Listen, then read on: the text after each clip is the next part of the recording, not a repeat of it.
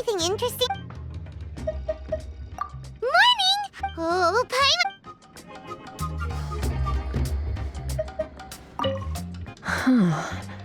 This place has some similarities with the Abyss.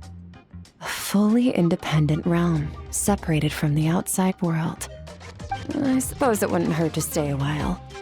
Make sure you leave plenty of open space for me to use. That way, I won't run the risk of damaging the landscape or buildings during my sword practice. I can't quite get used to it. The level of abyssal energy in Tevat is quite low, but here it's even lower still. Makes it hard for me to replenish the energy lost from training. Of course, it's well within my abilities to connect this place directly to the Abyss, but I'm sure you'd rather keep things peaceful and quiet here. No need to worry. Spending some time here isn't without its benefits. I'll just treat it as a rehearsal. We don't always get to pick where we fight our battles. Sometimes we have to fight in conditions that don't suit us. In a similar vein, Master once told me that we can't rely on one form of power forever. If losing one source of power reduces you to a helpless heap, then you never deserved that power to begin with. This place may slowly drain the abyssal power from my body, but in exchange, I can hone my swordsmanship in a purer form. In that sense, it benefits me. So, despite not being used to it, I'm quite happy to stay here a while longer.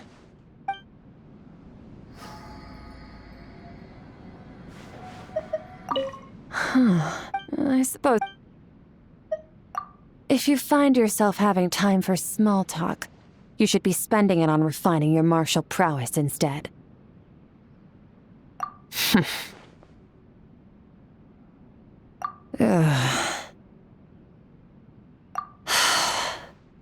What would you like to ask? Lonely, huh? Good question. Humans are often plagued by loneliness. Some call it the most agonizing emotion of all.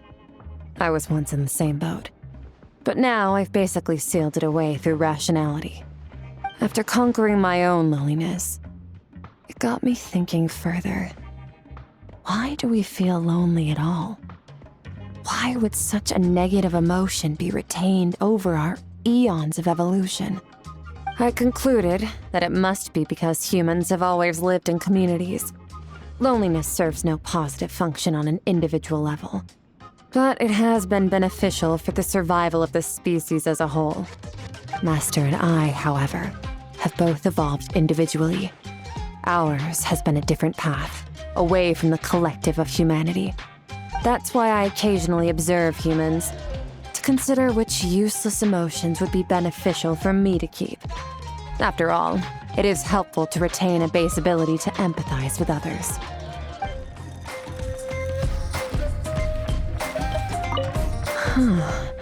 I suppose it... If you find yourself having time for small talk,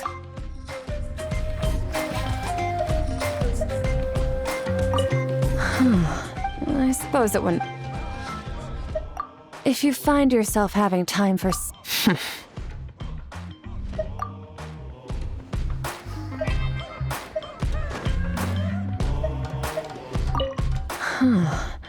I suppose...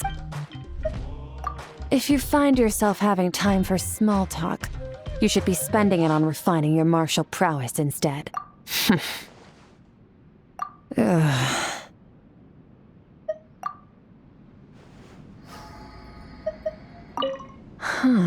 I suppose it... If you find yourself having time for...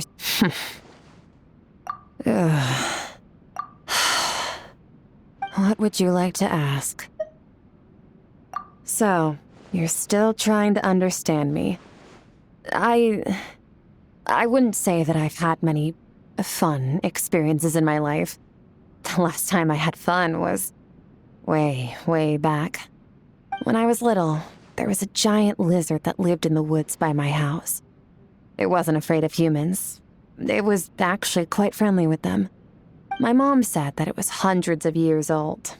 Don't know if that's true or not. All I know is, it did look pretty old, and spent all its days sunbathing in the treetops. I loved exploring the forest as a child. One day, I was chased by a swarm of hornets, each one the size of my palm. In desperation, I ran to the lizard and begged it for help.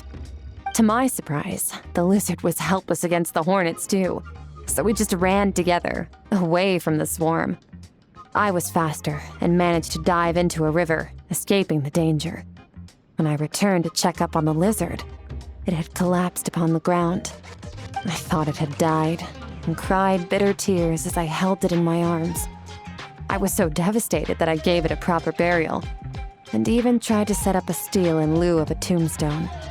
But before I could finish, my mom caught me. She immediately dug the old lizard out, dressed its wounds, and brought it back from the brink of oblivion. After that, it continued to be friendly with all humans. All except me. Every time it saw me, it would flee like the wind. I don't even know if it survived that fire.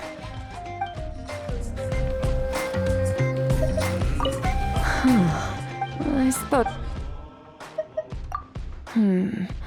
Your power to purify the abyss. I'm curious about how I'd tackle that if I ever faced it in battle. Needless to say, I'd have to adapt my strategy. Well, there is only one way to find out. Maybe not now. If we both used our full strength, I doubt even this adepti contraption could withstand the force of our clash. Let's save that fight for another time and place. For now, I'd like to discuss another matter with you. When faced with the abyss, most creatures either fall victim to its corruption, or, like me, adapt and learn to wield it for themselves. You, of course, possess a very special power. Do you have any plans as to how you'd like to use it? An unsurprising answer. It proves that you're still committed to justice and compassion. Many people believe they would help others in a time of crisis. Yet when they obtain the power to do so, concern themselves only with personal gain. What do you think best explains that? A weak will? Or the all-corrupting nature of power? Master once said that for humans, all roads lead back to the self. But I suppose that's not an absolute. Not when there are those like you who are still willing to use their power to help others. All right, let's leave the discussion here for now. Deep conversations can guide us and help us see the way, but they shouldn't distract us from our training. I'll start my drills now. Let me know if you'd like to join. I suppose it... Well, there is only one... maybe not now. If we both used our full strength... Let's save that. When faced with the abyss, you, of course, possess a very special power. Do you have any plan? An unsurprising answer. Many people believe they would help. What do you think best explains that? Everyone experiences desires that they will not speak aloud. When they are too weak to realize these desires, they remain concealed deep within their hearts. But when they are strong, the floodgates will open, and all forms of vice come rushing out. We cannot expect everyone to stay true to their principles, which is why we constrain ourselves with laws. All right, let's leave the discussion here for now. Deep conversations can guide us and help us see the way, but they shouldn't distract us from our training. I'll start my drills now. Let me know if you'd like to join.